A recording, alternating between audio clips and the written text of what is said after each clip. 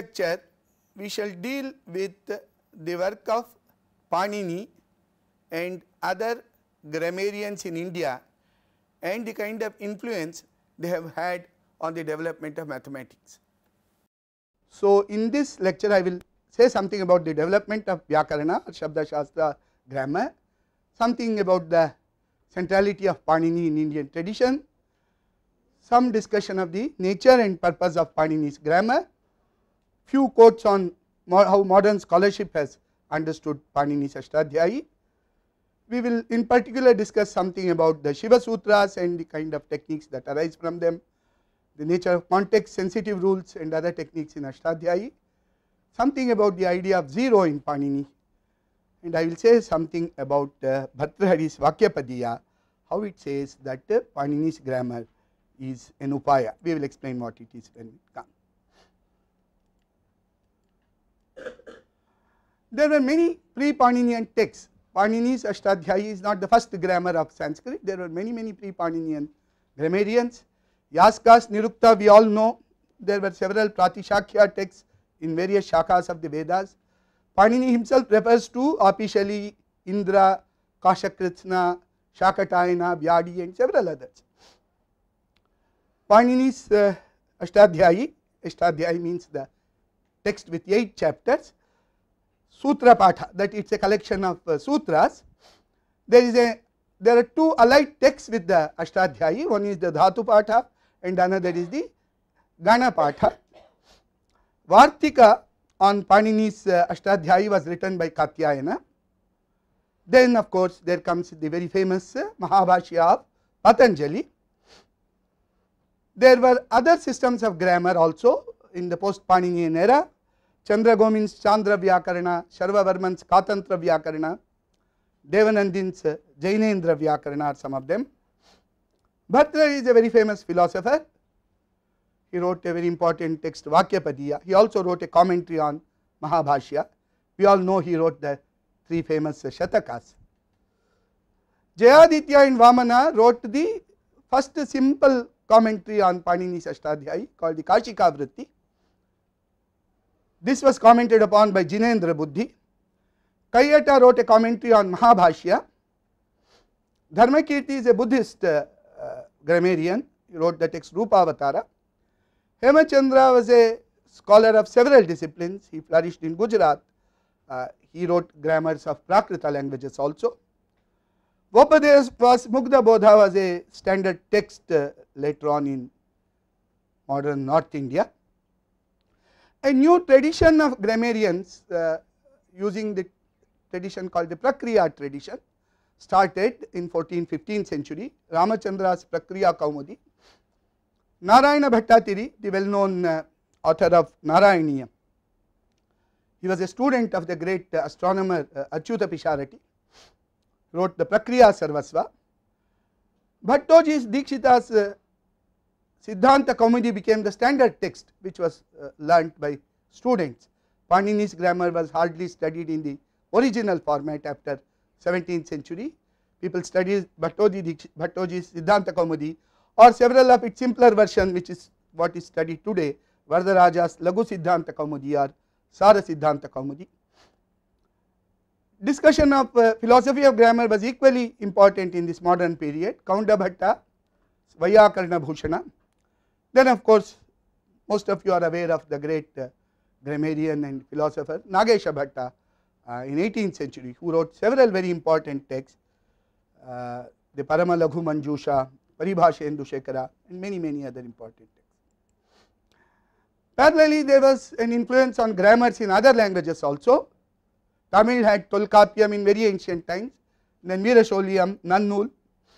Kannada had Karnataka Bhasha Bhushana, Shabdamani Darpana, Karnataka Shabdanushasana. Telugu had Andhra Shabda Chintamani, Andhra Bhasha Bhushana. Pali Vyakarana is very important from ancient Katyayana's time. There were later grammars like Shadda Lakhana. Prakrita had several grammars.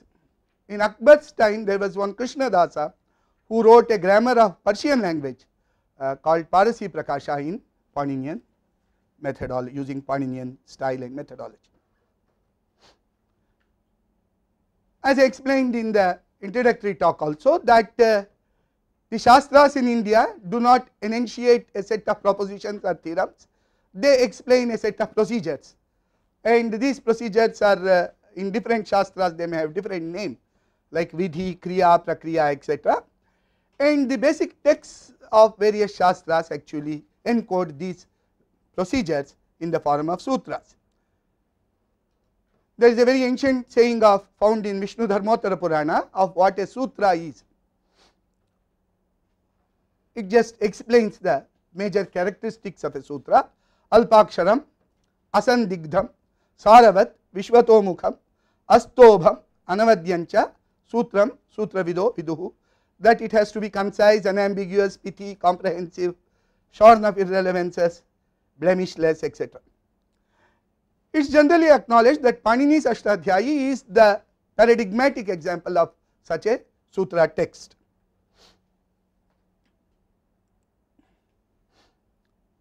As I explained again in the introductory talk, Panini holds the same kind of position in Indian tradition as Euclid has in the Greco-European tradition.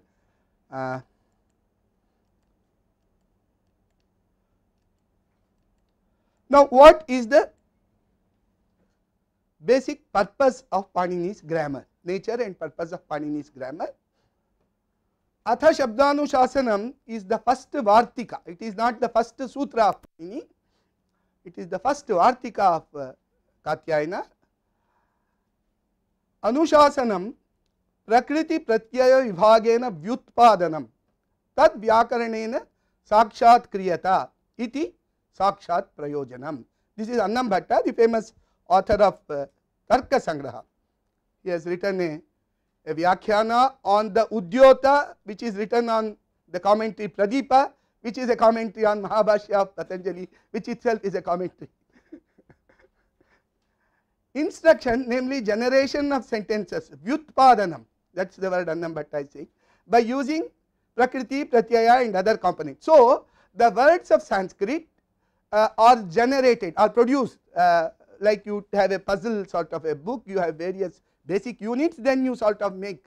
So, that is the nature of Panini's grammar, that you have the basic units Prakriti, Pratyaya and things like that and other components, and from that you produce valid utterances, valid shabdas, and that is the nature of Sakshat Prayojanam, that is the direct use of Panini's grammar.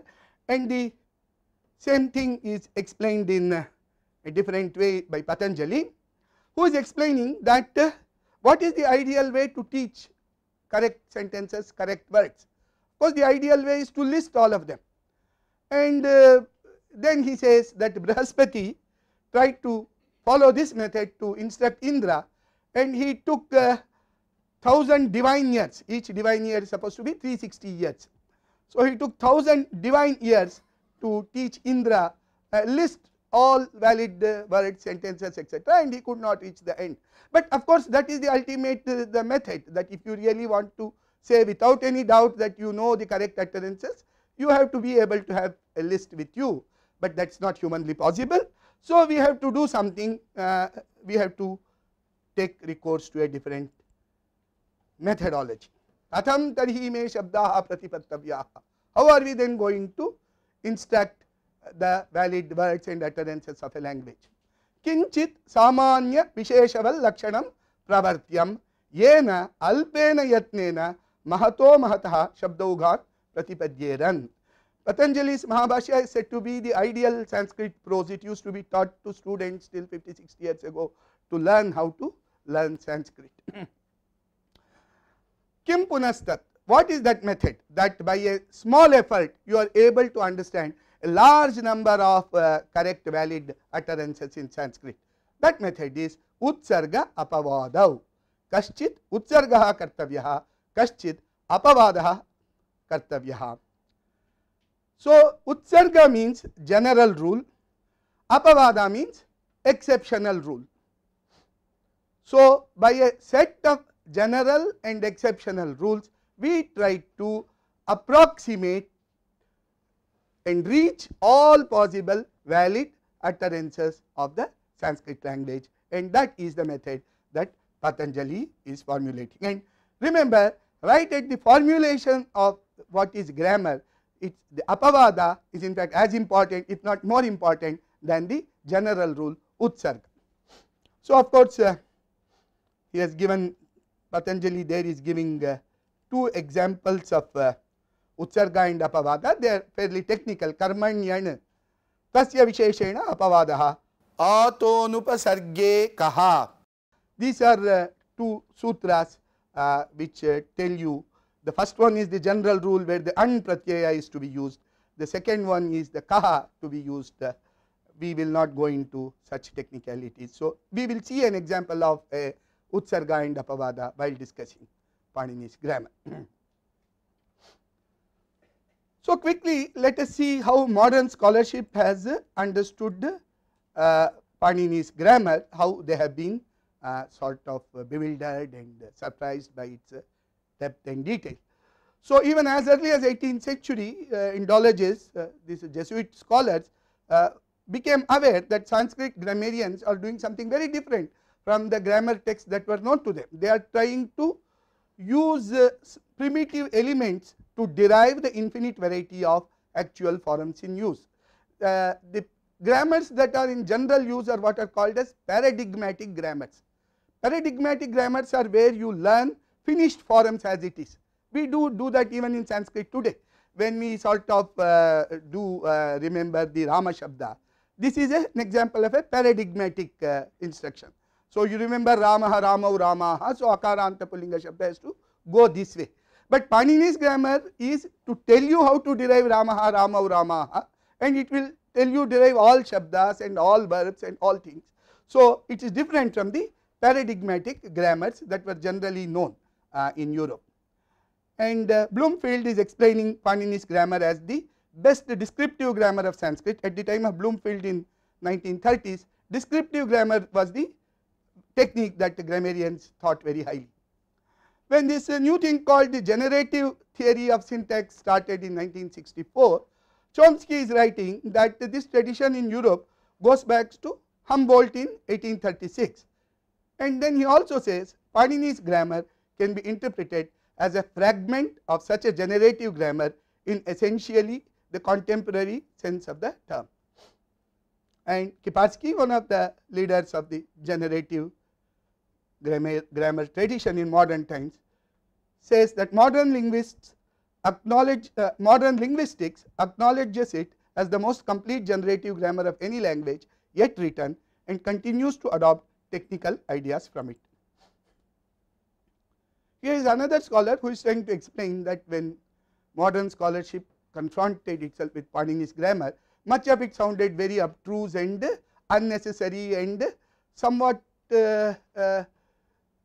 confusing. And later on, when similar techniques did get developed in Europe, some of them under the influence of Panini's grammar itself, it became very clear that Panini is doing something very interesting, if not something very sophisticated. So when similar thing, he says, happened to the Indian tradition of Navya Nyaya, which people thought was a set of meaningless utterances, till similar techniques became known in Europe, and they were then understood to be something philosophically significant. Another very important scholar of Sanskrit is trying to explain how the structure of Panini's grammar is different from all other grammars, that it uses basic elements such as phonemes, roots, group of words, morphemes, and then produce by a set of rules meaningful sentences. And he also says that in the universal history of sciences, Panini's grammar is the first and foremost example of formalization of technical exposition. And it looks very different from the paradigmatic grammars, but it is something like a set of computer programs or something like that. So another modern scholar is explaining how generative linguists have marveled at Panini's grammar, mainly because many techniques have been sort of understood based upon it at various times. So the distinct components of Panini's grammar are the following: the Ashtadhyayi, which itself has about 4000 sutras; Shiva Sutras, which is a collection of phonological or sound segments, Dhatu Patha which has about 2000 verbal roots, then Gana Patha which is a specific list of items. There are 261 such lists, and the grammar is a device that takes you from a certain meaning that you formulate in your mind to the final expression of what you want to state in the form of a sequence of sounds. So, we will first look at the Shiva Sutras. These are called Maheshwarani Sutrani. There are 14 of them: Ayun, Rilrik, Aom, Iouch, etc.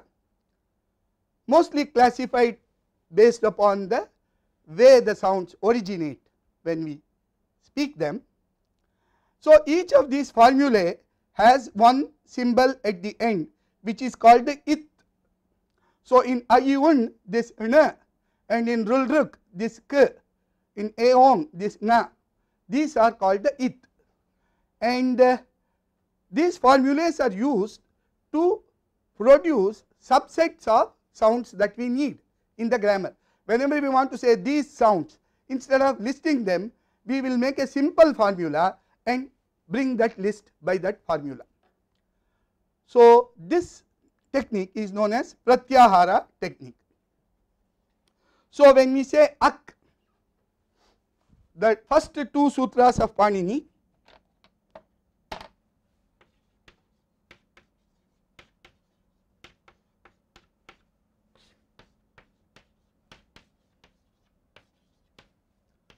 So, when we say ak,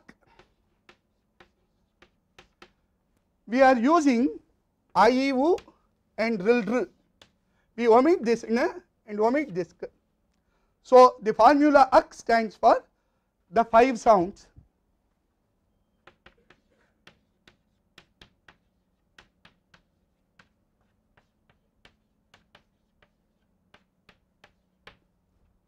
If we say uk, it only stands for the 3 sounds u, r. So, by now it should be clear to you the kind of technique Panini is using. Ach will stand for all the vowels, a, I, U, R, R, A, O, I, O. Ach is the Pratyahara, these are called. Ach will stand for all vowels. Hal, Ha, Ya, Bara to the last L, that will stand for all the consonants.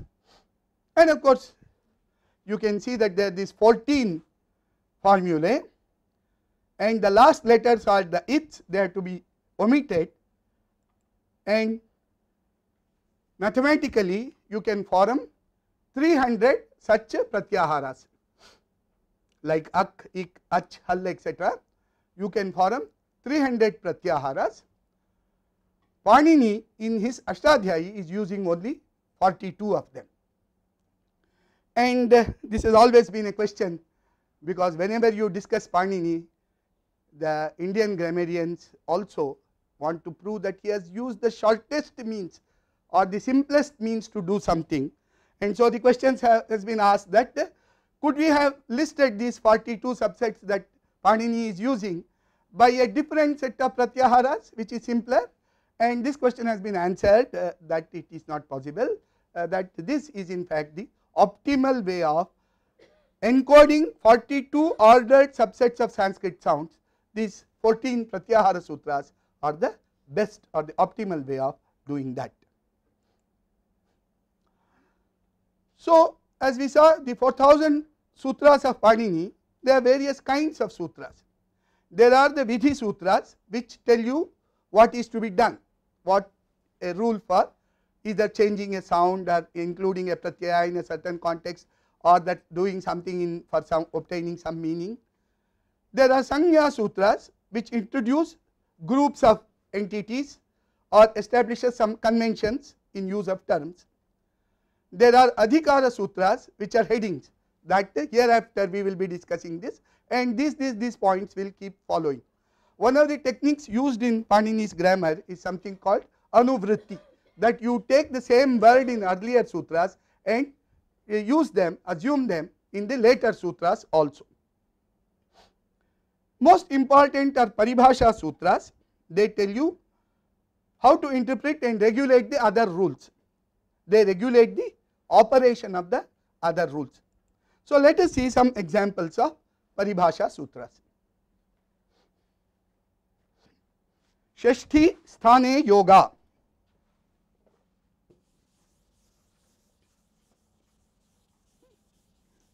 The Shashti Vibhakti, when it appears, it will mean in place of. So if you want to replace one sound by another sound, you use the sound that is to be replaced, you use it in the genitive case. Tasmin iti nirdishte purvasya. Locative defines the right context. So if you want to say before something a certain change has to occur, the later sound is used in the Saptami Vibhakti. Tasmin iti nirdishte. Tasmat iti uttarasya. So something which follows a given sound, an operation is to be done, you indicate it by the Panchami Vibhakti or the ablative case. The other rule is Yatha Sankhyam Anudesha Samanam. If there is a set of transformation and two sets of entities are given, you correspondingly take one to the corresponding thing in the other set. That if they have the same number, you just follow a simple rule of one-to-one corresponding. These are simple Paribhasha sutras. There are very complex Paribhasha sutras. In fact, one of the most interesting Paribhasha sutra of Panini is called the Asiddha rule. Purvatra Siddham. This occurs in the beginning of the second pada of the 8th adhyaya of Ashtadhyayi. So this says that all those sutras of Panini which start with the first adhyaya up to the first pada of the 8 adhyayas are taken to be asiddha with respect to the later rules. That means the later rules do not exist as far as the earlier rules are concerned.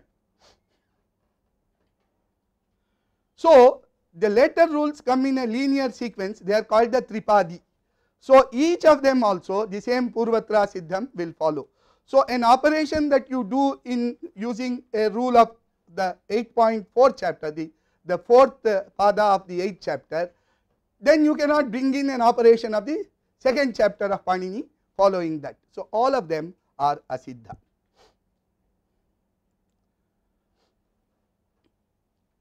So the Paninian grammar, as you can see, has many complex ideas, but we will just examine one kind of rule that is used in Panini just to see the operation of the previous paribhashas that I had discussed, Shashti, Sthane, Yoga, etc. So a context sensitive rule, what I mean by that is something like this. I have written it like this. It means that if this A is sandwiched between C and D, then it will go to B. This is the nature of the rule. Such a rule is called a context sensitive rule, that A goes to B when C is before that and D is after that. Now in Panini's grammar, such a rule is formulated by on A you put the Shashti Vibhakti and on B you put the Prathama Vibhakti, on C you put the Panchami Vibhakti and on D you put the Saptami Vibhakti, and you state your rule, then it means that C is before, D is later. In that context A goes to B. Let us see this with the well known what is called the Yan Sandhi. Iko Yanachi. Ik stands for E, U, Ril, R. Yan stands for Ya, Va, Ra, La. So this Achi, so Ikaha, Yan, Achi. This is in the Saptami Vibhakti. So when a vowel follows this set of ik which is in the Shashti Vibhakti,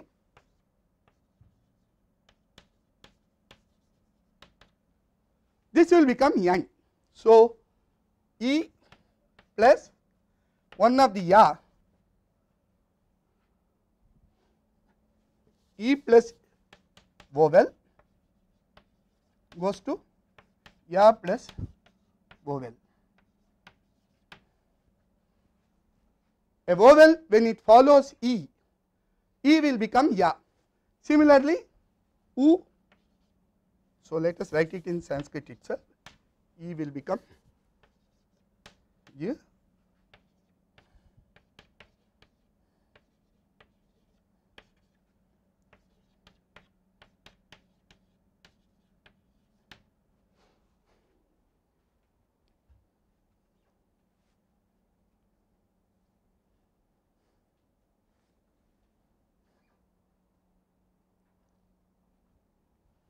Similarly for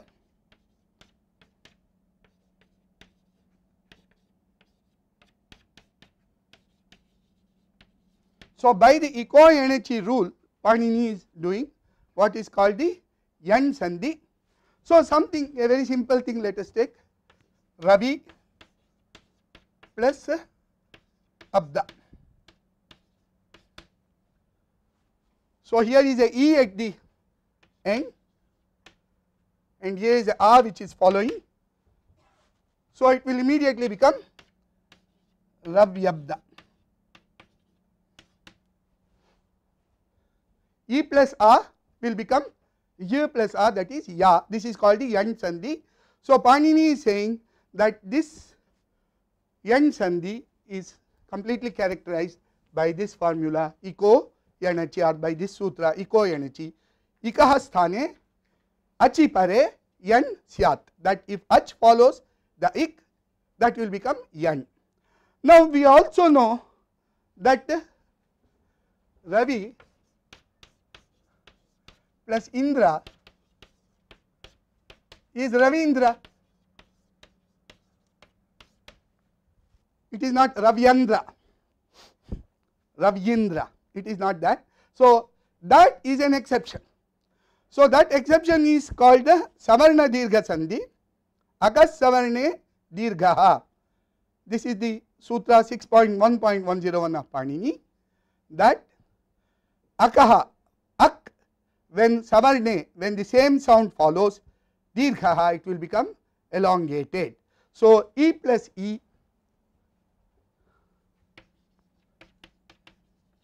is equal to E.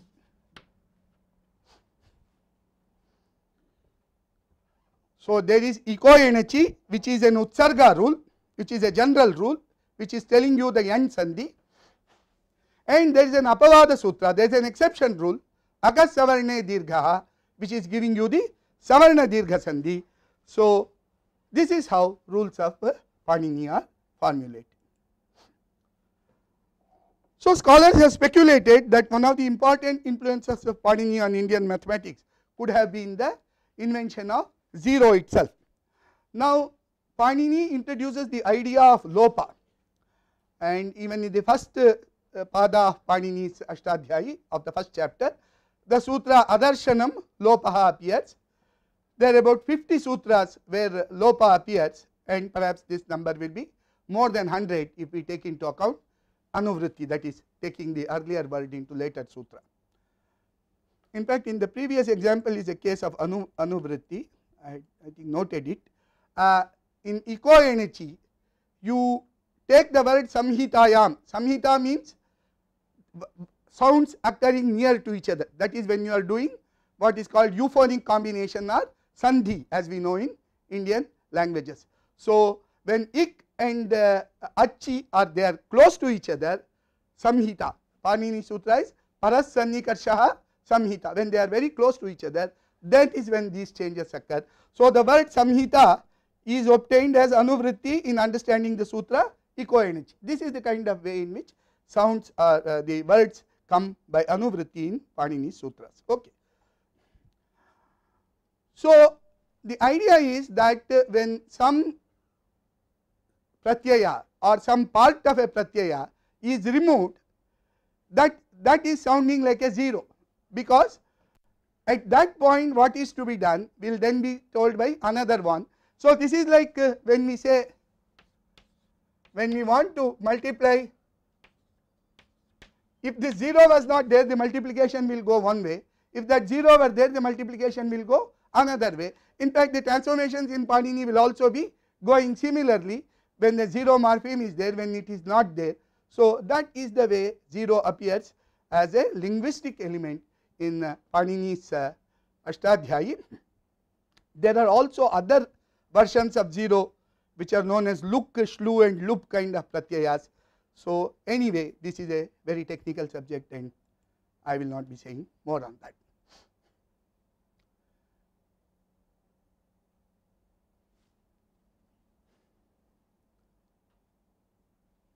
Is this example clear or is there any doubt on this? Okay. Now we come to how the Indian philosophers understood the Panini's grammar. As we all know that in barely around 4000 rules or sutras, Panini is able to formulate all rules for formulating correct words in Sanskrit, and this he does with the aid of other lists like the Dhatu Patha or the Gana Patha and of course the Shiva Sutras also. And it was very successful. There is Apaniniya Prayogas were considered wrong, but even then Indian philosophers did think that even such a perfect thing like Panini's grammar is only an approach to language. It is not a substitution for the reality of language itself. In fact, in Patanjali's Mahabhashya, right at the beginning, there is a discussion that when we want words, we do not go to a grammarian and ask him, or when we want sentences, or when we want to say something, we do not go to a grammarian and say give me a few sentences or give me a few words. Unlike when we want pots or when we want vessels, we go to a metallurgist, a metal worker or a potter to give us pots and vessels. So a grammarian is working with the language which is already established in the world. The reality of the language lies in the world. The grammarian's task is to give an approach to that reality, and therefore Bhartrhari is here explaining the philosophy of Sanskrit grammarians. This is in fact the philosophy of most other shastras also in Sanskrit. Bhinnam darshanam ashritya vyavaharo anugamyate tatra yan mukhyam ekesham tatra anyesham viparyayaha. Worldly activities are accomplished on the basis of different theories and philosophies. What is important in one theory may not be so in another. A more commonly known quote of Vakyapadya. Vakyapadya is a very big work and a highly philosophical work, very difficult to understand without looking up its commentaries. This verse of Bhartrhari is widely quoted by Indian astronomers also. Bhaskara I in his commentary of Aryabhatiya quotes this verse. Nilakantha Somyaji in his commentary of Aryabhatiya quotes this verse. Upadayapi ye heyaha tan upayan prachakshate upayanancha niyamo navashyam avatisthate artham kathanchit purushaha kathanchit pratipadyate. The procedures taught in the Shastras are only means and they are to be discarded, even though if the object that we want to accomplish is still there, we have to use them. That is, their specific purpose is for accomplishing these objects. They have no higher status than that. Upayanancha niyamo navashyam avatisthate.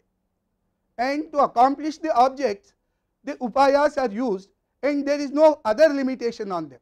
That there is no other constraint that you put on the methods that are to be used. And in fact, as regards the meaning, most people do know what the meanings are without having to go through the grammarian's exercise. Now, the way this verse is understood is from the commentary of Punya Raja. Basically, it is saying, Kashtidacharyaha Panini Vidichitena Lakshana Shastrena Shabdan Adhigachyati Kashchit Anyena iti Nanyamaha. So, one teacher may like to teach Sanskrit grammar through Panini's grammar, and another teacher may would like to use another system of grammar. If all of them work equally well, there is really no limitation on which is the system to be followed. This is a fairly sophisticated understanding. After you almost come up with a fairly complete theory of a mechanism for characterizing all valid words of sentences of a language.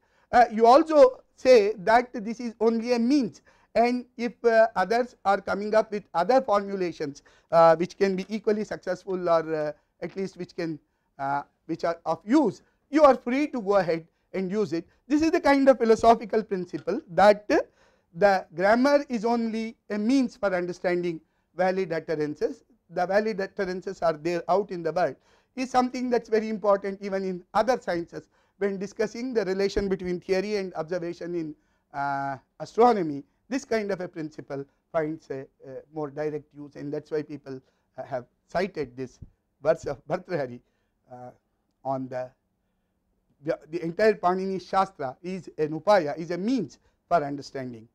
And this was the kind of understanding that Indian grammarians had in setting up their grammatical formulations.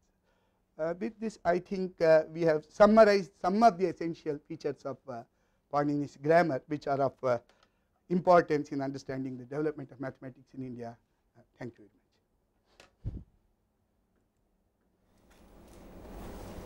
much. We can have some questions. We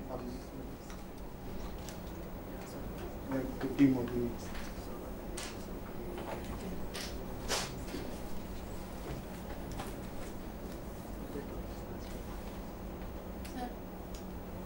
Sir, if Bhartrhari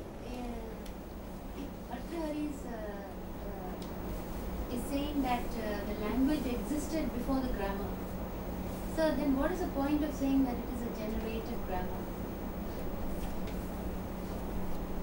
The Bhartrhari, I don't know, I have not studied Bhartrhari to the extent to say whether there is a statement in Vakya Parya saying language is prior to grammar.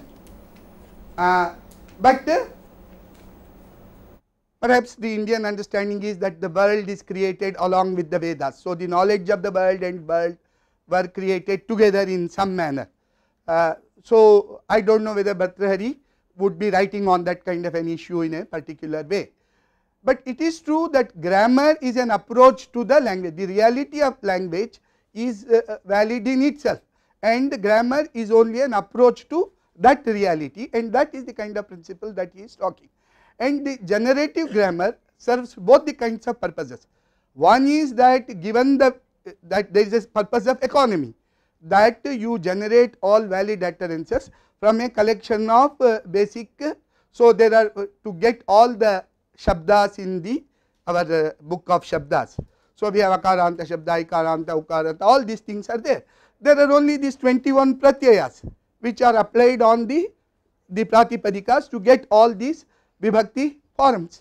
So, this is an economy, in terms of prakriti and pratyaya.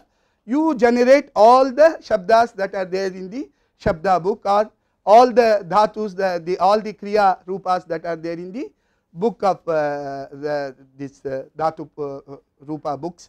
So, it is a means, it is an economic means, and it is a generative method, that it is analyzing a given expression in terms of constituents or basic units. Now, this question that these constituent units, what significance they have in themselves, in understanding it, these kind of philosophical principles come into play. So, do the meanings reside in these constituent units? Now, if somebody generates another grammar by using different constituent units, then what happens to it? So, to understand all such sophisticated things, these kind of philosophical principles come into play. This is one aspect of generation. The other aspect is that you have a given word, you want to cut it into sort of constituent parts and understand its meaning. That is also a part of generative grammar. So, it does both. To a given idea is transformed into a well formed word or sentence. A well formed word or sentence is analyzed to various constituent units, but there is no unique way, even though we have a very nice beautiful way given by Panini or other acharyas for doing it, but it is not to be confused to be the language itself. This is all I think what Bhartrhari seems to be saying. How many chapters are there? There are about 4,000 sutras. Ashtadhyayi is 8 chapters, each of them has 4 padas. And it's recursiveness is in which chapter does it come? No, entire grammar is based upon recursive principles. So it is not formulated as a separate principle in grammar, that you follow one after the other, and all aspects of rule ordering etc. and sort of sequential rule applications, they are all there in the entire Paninian setup. So recursiveness is a part of the Paninian grammar. Sir, how was the nature of grammar before Panini's this thing? Like, will the rules be changing in if we take the Vedas and try to? These Pratishakyas have rules which are similar to Paninian rules, but they do not encompass whole of both the Vedic language and the classical language that Panini provided in one text.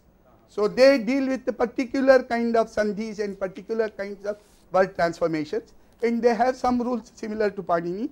Which texts are pre-Paninian, which texts are post-Paninian, there may not be complete consensus on that kind of question or clear understanding on it. So it is to be understood that Panini is not the originator of all the techniques and all the ideas and all the, he may be originator of many of them, but grammar is much prior to him. So if we have to study some texts before Panini's time, then we will have to study the grammar rules of those times. This is a difficult question. I am not an expert on this, so I cannot tell you offhand. I do not know whether there is even a consensus of this text is prior to Panini and this text is not prior to Panini. Panini is citing various earlier grammarians, but their works are not available.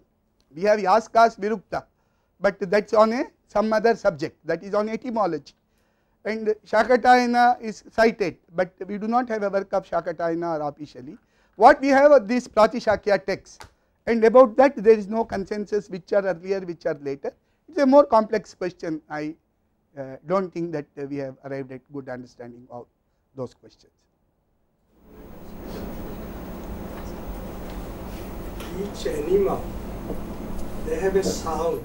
Each animal, they have some particular sound. You can recognize from the distance. Is there any particular sound for the human beings at the beginning? At the beginning of the, say, evolution, was there any particular sound associated with the human beings? That first question. Second, language evolved.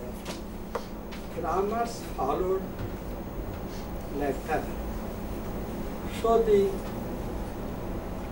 reason for developing grammar, as you have already told, to economize our system, knowledge system, or to communicate each other. So the grammar refined the language, but how did the language evolve first? About the first question, I have no answer. I really do not know whether there is some discussion of that question in Indian texts and what do they say about what sounds initially and the nature of the human sound. On the second question, that the language evolves and grammar follows, as I said, that is implicit in the way, even in that example, that you do not go to a potter, a grammarian, to ask him for words. It is understood that the language evolves in the world. But now the changes in language are reflected in new grammatical sort of ideas or principles coming in. Many of the later Indian languages grammars are formulated by that kind of a method only, that there is a original version and then there is a transformed version, what is called the Tatsama and the Tadbhava, that this is the sort of the original version, and the later version the word developed into this kind of a form. So many Indian language grammars are formulated that way. Sanskrit grammars, the things that were left out by Panini or things that were later on changed or occasionally taken note of by various grammarians in Sanskrit. But since Panini gave sort of such a complete and comprehensive formulation, in some sense that sort of put a a structure for the language. In some sense, the grammar becoming very, very detailed and correct forces the language to evolve more slowly than it would have evolved in the natural way when it was not systematized at all. This issue is discussed at great length as to if language is known in the world, what is the use of grammarian? That is the what is the grammar for is a very major question which is discussed in the first chapter of Patanjali's Mahabhashya. It is a very detailed philosophical discussion. Ultimately, Patanjali comes to the conclusion that grammar actually tells you what is called the literary or the proper way of using the language, and language can still be used in many other ways. So, a grammarian can be identified by knowing that he is immediately using the language in the literally perfect manner. That kind of understanding, and so language is still free to evolve the way it evolves. This question is a very complex question, and I do not think today's philosophers have fully analyzed what was the nature of this discussion that Patanjali is talking. This is true of music also. Music in what sense? Very similar.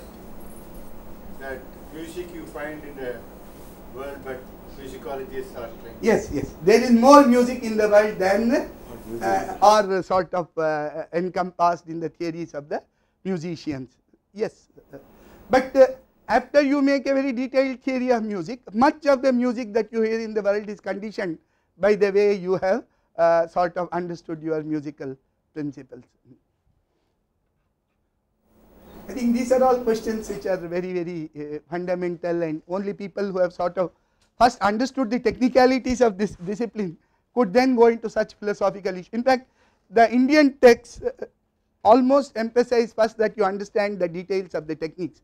The philosophical questions can come later because there is no unique single answers to these I mean the kind of question that started off Chomsky, that whether the nature of grammar, there is some universal grammar that is there in the mind, already in the mind of every individual, and from that he ultimately arrives at the need for formulating a generative grammar. I think the Indian grammarians and philosophers go the other way around. You first formulate a fairly sophisticated and a grammar that works, then maybe some philosophical questions can be addressed, because otherwise there is no simple access to those kinds of questions, and many of them perhaps have to be left unanswered for generations or for all times to come. So this is we're talking about mathematics here. So what are those mathematical principles which are embedded in Panini's approach to grammar? Yes. So one is the essential algorithmic structure of Panini's grammar, a set of rules which are operated on a set of symbols, and these rules are sequenced and intermingled, and ordering of these rules and the nature of the output and conditioning of everything. So this entire scheme is what Panini gives, and all the mathematical algorithms are sort of much simpler compared to the very, very large corpus of very sophisticated rules that Panini is dealing with. But of course mathematicians are dealing with a different context. You have to find an algorithm for solving a particular problem, and so you are constrained by sort of what that problem gives. So this recursion, this algorithmic nature, using of these symbolic languages which is at the basis of algebra, even this partially ordered subsets that we are constructing by the Shiva Sutras. So many ideas are there which are of a deep mathematical significance. Whether in our mathematical tradition we did develop all of them, or to what extent we have considered them, may be a question, but surely all these have had great impact on the development of mathematics in India. And as I said, zero is one of the issues where most scholars believe. Yes, yes, yes, yes, yes, yes, yes.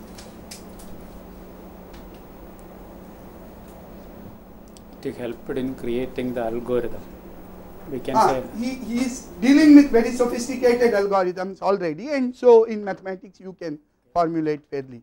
it is the biggest. So symbolic language, recursive nature of the rules, and algorithmic formulation and many, I mean, these are the kinds of things which we can already say. And 0, I think there is some understanding even the plus value system in some sense is based upon certain grammatical principles. So like this there are various things. In my short lecture and due to my limitation of knowledge, I could not go through all aspects. These are the gist of things we learned from that exam. Yes, fine. Yes. So thank you.